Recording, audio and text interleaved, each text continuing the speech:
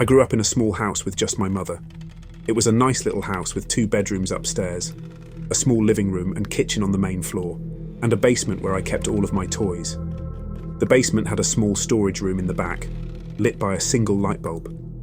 It wasn't until I was 7 years old that I started to get scared to go down there. It was a dark, rainy night as I played with my Legos in the basement. Rainwater slowly dripped through the window and down the cement wall. It was cold down there that night, more so than usual. I was wrapped up in my hoodie and a blanket as I played. While attempting to build an airplane out of my Legos, I suddenly got a chill down my spine, followed by the overwhelming feeling of being watched. I turned and looked behind me, toward the dark storage room. Something drew my attention to the room, but I couldn't see what it was. It seemed darker than usual. I didn't think a room could get that dark, especially with the lights on in the room adjacent to it. It almost seemed like there was something in there drawing away all of the light, sucking it in like a black hole. I stared into the darkness at seemingly nothing until I saw something move. I didn't know what it was, but it seemed even darker than the room. I saw it for just a second before it disappeared. As it did, I could see lights slowly start to trickle into the room. This terrified me, so I ran upstairs to the living room to seek comfort from my mother. When I told her what I had seen, she just told me that it was my mind playing tricks on me because of the heavy rain outside. I went to bed that night not thinking much about what had happened in the basement. I lay back in my bed and closed my eyes just like on any other night, and I fell asleep rather quickly. Although I fell asleep like it was a normal night, the night was less than normal. I woke up that night with the feeling of being watched. I opened my eyes to see nothing but darkness. I couldn't even see the light from the streetlight outside of my window. Thinking that maybe my blinds were closed, I looked across my room for the soft green glow of my alarm clock, but it wasn't there. At that moment, I realized that this was a lot like the darkness I had seen in the basement, and that scared me. My fear doubled in an instant when I thought I saw movement in the darkness. In my terror from seeing that there was something in my room, I pulled my blankets over my head and screamed. In the midst of my screams, I heard my door open and the soft call from my mother. As she sat down on my bed, I slowly pulled my blankets off from over my head and looked around my room. The light had returned to my room, and I could now see the soft glow of my clock blinking at 2:17 a.m. and the light from the streetlight outside my window with my blinds fully open. My mother asked me what was wrong, and I told her what had happened. Reassuringly, she told me that it was just a nightmare and to go back to sleep. She gently kissed my forehead and left my room, closing the door behind her. It was hard for me to fall asleep after that, so I just watched my clock slowly tick away the minutes. This went on for about 2 or 3 months, staying at this level of activity. Nothing more than the feeling of being watched in the darkness, however, that all changed on Halloween night. It was a typical Ontario Halloween night. Cold, windy and rainy. I had returned home that night from trick-or-treating with my mum at about 8 o'clock and went down to the basement to play with my toys for a bit before bed. I could hear the rain tap against the basement window and the wind whistling as it blew between my house and my neighbour's house. Something was unsettling in the basement that night, more so than usual. As I played, I thought I heard sounds coming from the storage room, but every time I looked there was nothing. This was nothing strange to me, as it's been happening for the last few months, so I continued to play. I played for about 10 minutes when the power suddenly went out, and that's when everything changed. As soon as the power went out, I heard more movement from the storage room behind me.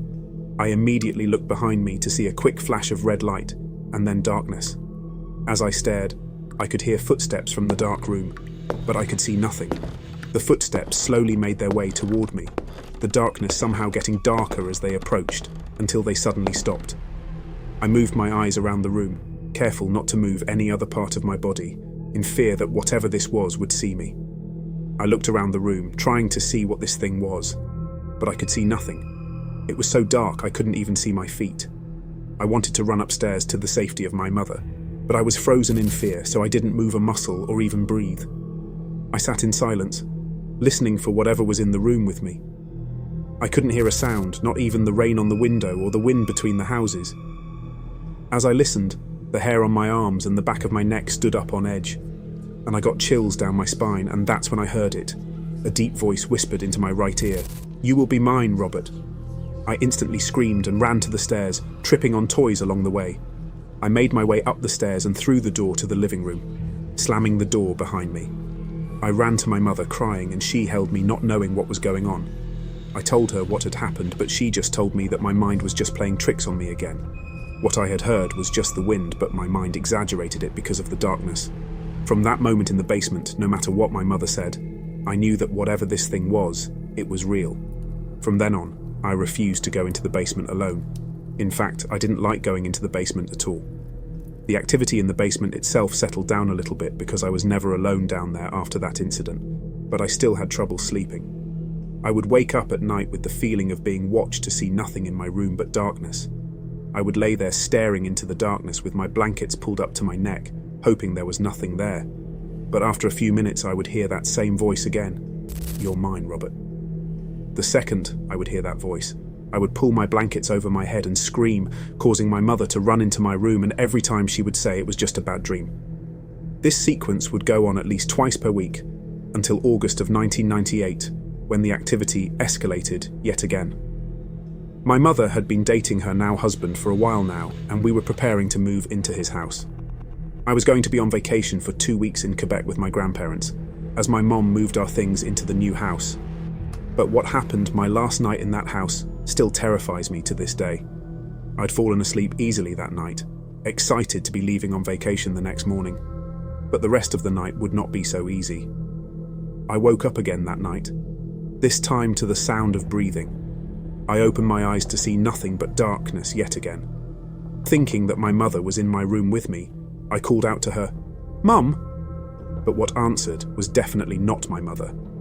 It was that deep voice yet again. "Your mother is not here. She can't help you, Robert. You're finally mine." I continued to stare into the darkness, thinking that it was my imagination, but as my eyes adjusted to the darkness, I could see the silhouette of that dark figure standing at the end of my bed. I immediately pulled my blankets over my head and screamed, but my mother didn't come. I felt pressure on the end of my bed, as if someone was sitting on it. I screamed again. Suddenly, I felt something grab onto my ankle under the blankets and pull.